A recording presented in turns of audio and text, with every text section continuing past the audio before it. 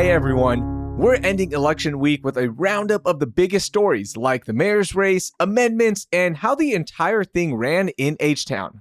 Plus, you won't believe just how diverse Harris County is. And the Q Patrol is back on the beat. Houston Landing's civic engagement reporter Tim Carlin joins me to break it all down. It's Friday, November 10th, 2023. I'm Raheel Ramzanali, and here's what Houston's talking about. Tim, happy Friday. I know it was a rough week. Election day has come and gone. And I want to start with this one. We're going to talk about the election a lot, but pizza is the official election day food, right? For the media, there's no doubt. No doubt. No doubt at all. So is there a particular pizza that you like on election day? Oh my God. I'm so new to Houston. I just moved here in May that I kind of deferred. I was like, wherever you tell me that we're going to get good pizza, I'm down. I'm a bad reporter. I don't know where we got pizza from last night, but I can report that wherever I ate pizza from, it was pretty good. So I'm satisfied. There you go. You know what? You just need that nice pizza hit as the election results come in and the returns are updating. So it was a cool night. And let's get to our biggest story, right? Out the gate, what do you got, Tim? Well, obviously, biggest story here, Sheila Jackson Lee, John Whitmire, headed for a runoff next month, December 9th. I think that we could have predicted this, I guess, for lack of a better word, but it's official. The top two finishers from the race last night, but since neither of them received more than 50% of the votes, we are headed toward a mayoral runoff. Yeah, and this was something a lot of people were talking about. We had Paul on earlier to talk about this as well. And I think all signs pointed to a runoff between the two biggest candidates in this election. Mm-hmm. Now that the runoff is here, this is where it's going to get interesting because the jockeying for who's going to get those other votes, that's going to be the fun part. And look, Senator Whitmire right now has a lot more money, but Congresswoman Sheila Jackson Lee is really good at fundraising and she's really good at getting boots on the ground. How do you see that playing out? You're kind of hitting right on the key issues. A lot of experts are telling us that when it comes to a runoff, it's a different beast, right? Your main election, it's all systems go. It's name recognition. It's fundraising. It's boots on the ground. But when you get to a runoff, especially when you're hosting a runoff election, on a Saturday in between the holidays, it's all about turnout. It's all about who can get the most people to come out to the polls on a probably cold, probably wet December weekend day. It's honestly anyone's game at this point. Polling does put Whitmire ahead. He finished slightly ahead of Jackson Lee in the initial race, but the runoff's kind of anyone's game, I think, at this point. It's all about that ground game. Who can put boots on the ground and who can get voters to turn out for a second time. Gilbert Garcia finished third with 7.21% of the votes, 18,000 votes roughly. And then Jack Christie came in fourth with 17,000 total votes, about 6.87%. Mm-hmm. Do you see any of those candidates making endorsements for either Congresswoman Sheila Jackson Lee or State Senator Whitmire? That's an interesting question that I hadn't thought of. If I had to be a betting man, which I try not to be as a reporter, I would think that, I would see Jack Christie probably endorsing Whitmire. Garcia, I would assume, would probably go for Jackson Lee. They kind of built up a little tag team effort, for lack of a better word, in the past few weeks.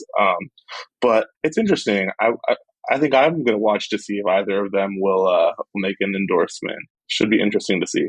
Yeah, and this was a mayor's race that, because of the two candidates that were getting all the attention, and it just seemed like voters weren't excited about it. And not that many voters honestly turned out, right? I saw a stat that Seattle has less registered voters and they had more of a turnout than the city of Houston. So what are your thoughts on that? Like, what was the voter turnout like? Yeah, so voter turnout, when you look at raw numbers, I mean, they were nice. Like the numbers themselves were good, but when you put them into context of the actual rate of turnout, not so great. We were below 2015, and I don't know about the 2019 numbers, but I know that we were below 2015 the last time that we had an open seat in terms of voter turnout. So Hmm. not that great. More and more registered voters are moving into Harris County, so that number is going up. And so, you see that raw number rising and you're like, oh, this is great. And then you kind of put it into context and you're like, The percentages don't. I don't Yeah. know, like what happens there? I think, like you mentioned, right? This was a race with two very big names, but with those names comes a lot of personality. It comes a lot of. Um, I read one political science professor kind of put it as though there was name recognition, but there wasn't anything that really drew people to these candidates, aside from that long time recognition. So you had people who were either firmly in the Whitmire camp, firmly in the Jackson Lee camp. There wasn't a lot of kind of vote grabbing, I would say, from undecided voters. They knew these names. Neither of the names were particularly galvanizing, and so you kind of turned out with the voter base that you would have come to expect in a municipal Yeah. election. Let's talk about the actual election itself. Smooth overall, right? There's enough paper ballots. We've heard that statement enough, but everything was good. But just following it on Tuesday night, you and I were talking about this a little bit. It was really smooth in terms of the returns. It was updating every hour or so. The Hmm. early returns and mail-in ballots, those came in at 7:15 roughly. So Yeah. everything was run really smoothly. So shout out to the county clerk and the tax office for doing a great job. Yeah, it was pretty uneventful in terms of snafus, that could have happened. I Mhm. think a lot of us were kind of had maybe a little bit of a side eye, like what's going to happen, especially given that the county clerk and the tax assessor's office just kind of officially took over those duties earlier, Yeah. about 2 months ago. There was maybe some questions of whether or not they could pull it together in that time. And I think largely they did. I haven't heard any major concerns as of yet. My biggest thing was just sitting at my computer hitting refresh all night long. So, Yeah. Same here. The funniest thing, I was watching Channel 13 throughout the night, just checking in, seeing what was happening. And they would every so often go to NRG and show, like, hey, look, people are working round the clock getting all your votes. And the shot they were using, there was nobody working. And I just could not stop laughing because I guess they were just, there's like two parts of the setup. There's one where the actual votes are coming in, the paper ballots, and, they're running it through the system. And then there's a, almost like a connected part where you got your laptops and stuff where mm, everyone is updating the numbers. And every time they would go to this shot, everybody was working on the shot that they didn't have set up. So the tables were empty. And I'm just thinking, oh my gosh, if this election comes down to a few hundred votes or something, I can just see certain people getting mad. Like they weren't even doing anything at the elections. They weren't even doing anything at NRG, counting the ballots. What is happening? But everything turned out okay. yeah, thankfully, right? It was something that we don't have to worry about this time around, I hope. Yeah. But yeah, the Harris County only has like a couple of those vote counting machines. So it's interesting, like, they can only do so much, right? It's like Yep. you're at the beck and call of technology. So, So my biggest story is obviously the election as well, but I want to focus a little bit more on the other races. Chris Hollins, Orlando Sanchez heading to a runoff as well for mhm, Houston Controller, the city controller office, 45.18% for Chris Hollins. And after the early returns, it looked like he could possibly get the 51% that was mhm, needed or just above 50%. And then the secondary third returns came in and it dropped him eventually to 45%. But mhm, talking to him last month, I think he anticipated a runoff as well against Orlando Sanchez. So here it is. mhm. So that's a race we'll be watching as well. Now let's get to your amendments. We had you on talking amendments. Any surprises there for you in terms of what passed and what didn't pass? I think most of them did pass, all the 14 amendments that we talked about, Prop 4 being the biggest one. Any thoughts on those? Yeah, so the only one that did not pass was that Amendment 13 that we had talked about, which was raising the age of State state judges. Yes, judges. that's right. Yes, so that was the one out of 14 that didn't make the cut. Which, I mean, one could argue that that says something within itself, right? That if you want to place it in a broader context, there's questions about on the national scale the age of our next president, the age of our current president. There are questions, Mm. conversations swirling around whoever ends up being the next mayor of Houston will be in their 70s. Some people are calling it an inevitable gerontocracy, was what the Texas Monthly used a few months ago in an article. So it's an interesting point, right? I think at least maybe in Texas, there was some pushback to that notion of older voices dominating the political landscape. I wasn't particularly shocked that most of them passed. I think that a lot of them appealed to a lot of different voters, right? We talked obviously Prop 4. People hear the words tax break and they're like, count me in. And then there are some that just appeal to people's heartstrings, right?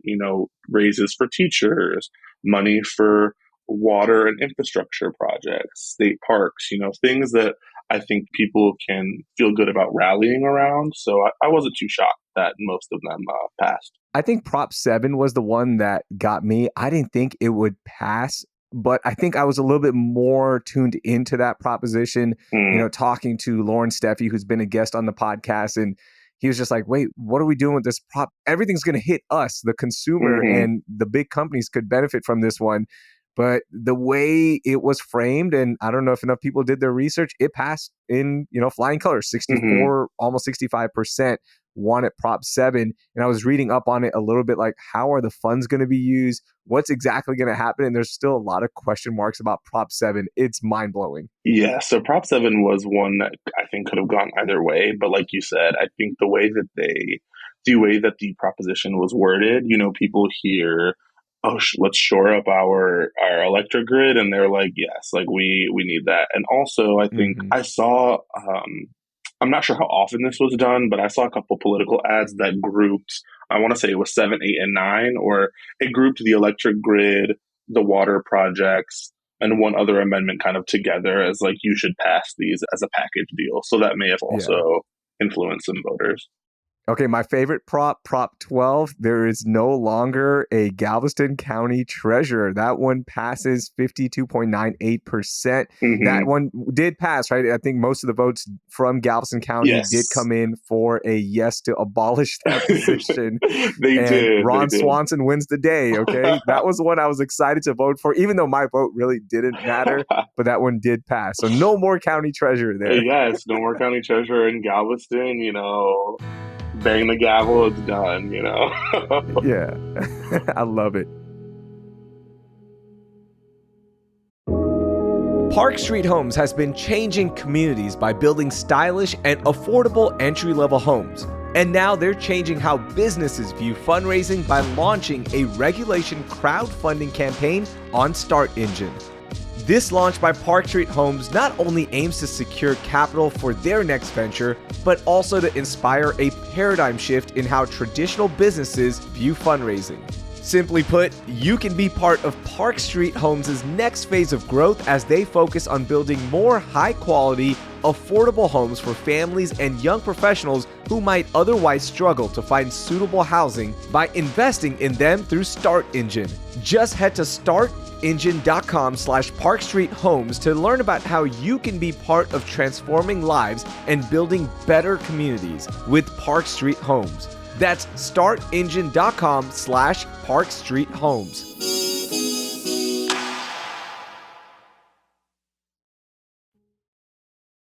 Okay, now let's get to our most overlooked story. So we talked a lot of election. We're going to switch gears a Yes. little bit, talk about other things that happened this week because it was still a busy week in the news cycle. What do you got for us? What was the most overlooked story?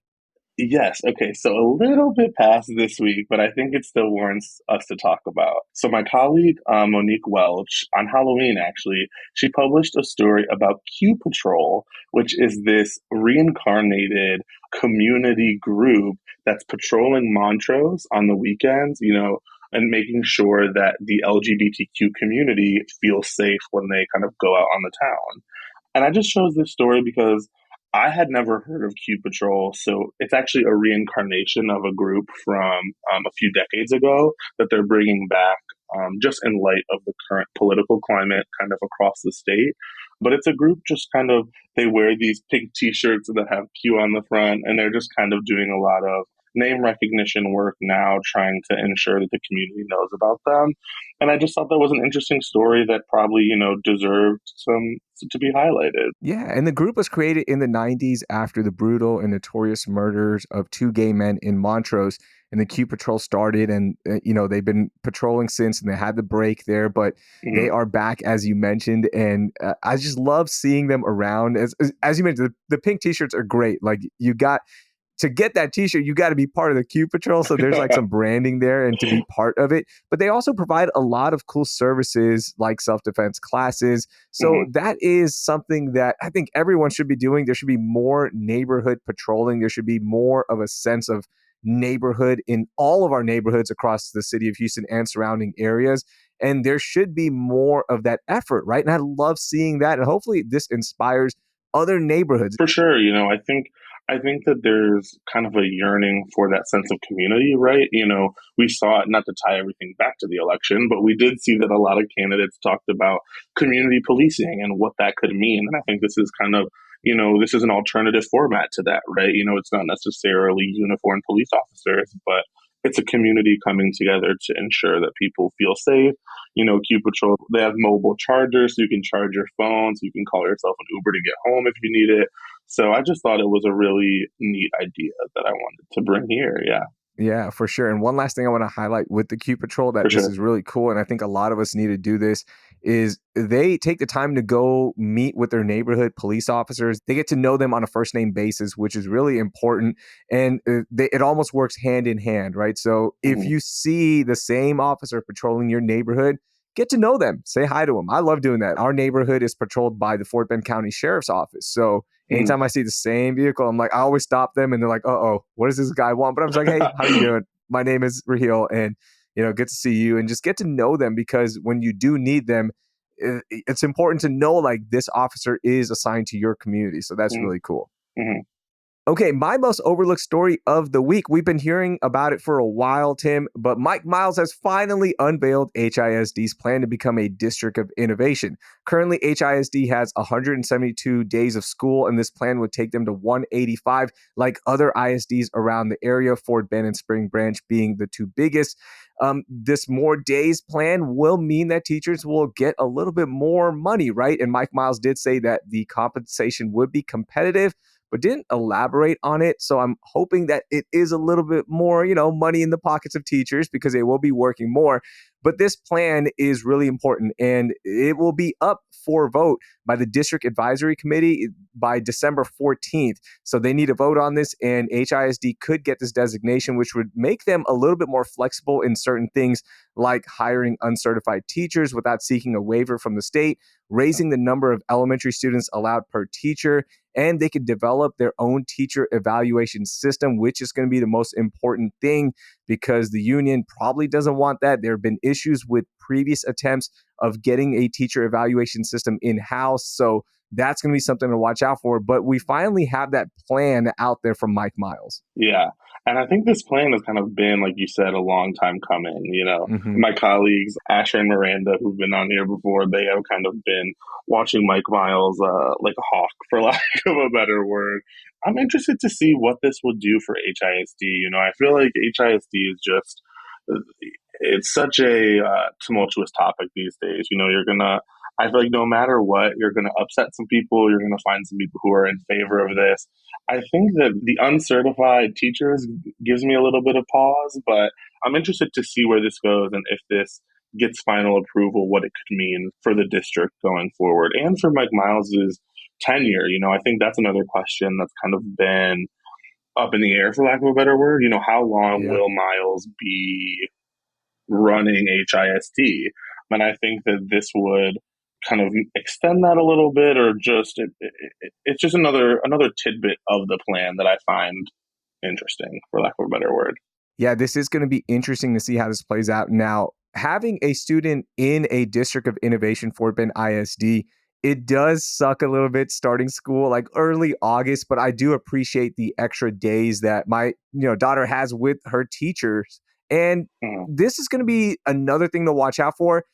If more money means more teachers working and hiring teachers, I don't know if there's a correlation there yet or not, because Fort Bend ISD has staffing issues as well. I know our school does. So that's another Mm. layer to watch out for with this story. So we'll see how the committee votes on this one by December 14th, but the plan is officially out there.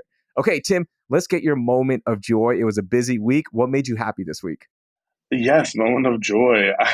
Is it bad to say that it kind of took me a minute to find one? I mean, I think that, not that I've just been miserable, but I think my mind has been so preoccupied. We got elections galore. But one story that I found that was like, oh, I love this. So, a Houston organization, I found this in the Houston Public Media. It's by Ashley Brown. Houston organization is actually going to be providing $5 million in grants for BIPOC arts groups around the city, which I thought was super cool. So the BIPOC Arts Network Fund, it's also called BAMF, which I thought was funny. They designated 11 local arts organizations as Houston cultural treasures, and so these different organizations that are focused on arts and culture are going to get a $5 million grant over 2 years to help with operational and technical support. So I just thought that was like such a cool thing. I'm a writer. I love arts, love culture. I just thought, we're seeing a divestment from that in schools across the country, just kind of historically. And I'm all for the arts funding. And so I just thought this was like a little gem to help invest in the Houston arts scene.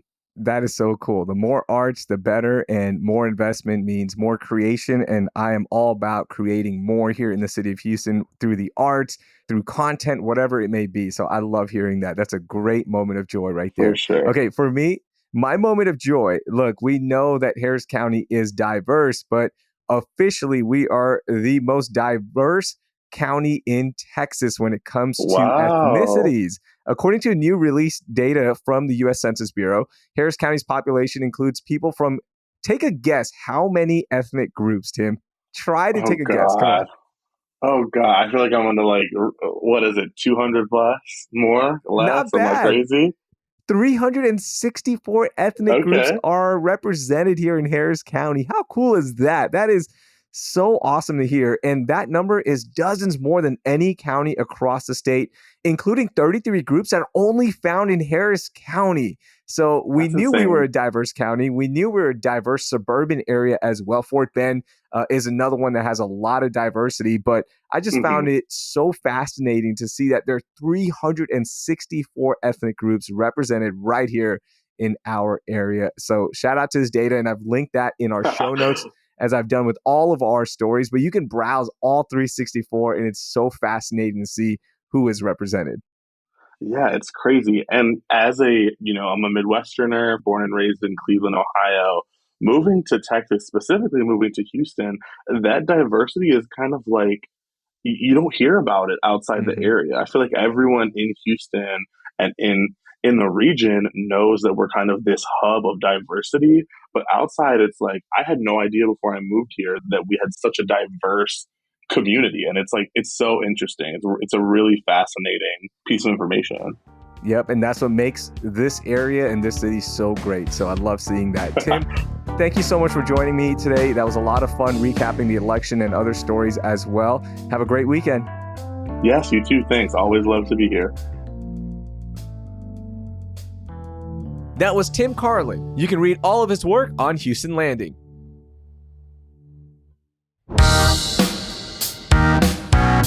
That will do it for this week here on CityCast Houston. Our executive producer is Dina Kespa. Our producer is Carleon Jones. Our newsletter editor is Brooke Lewis. And the host is me, Raheel Ramzanali.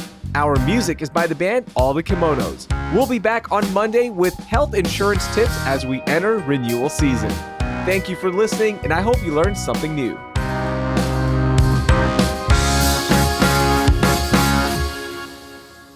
My most overlooked story of the week is this one, because I lost my document, but here we go.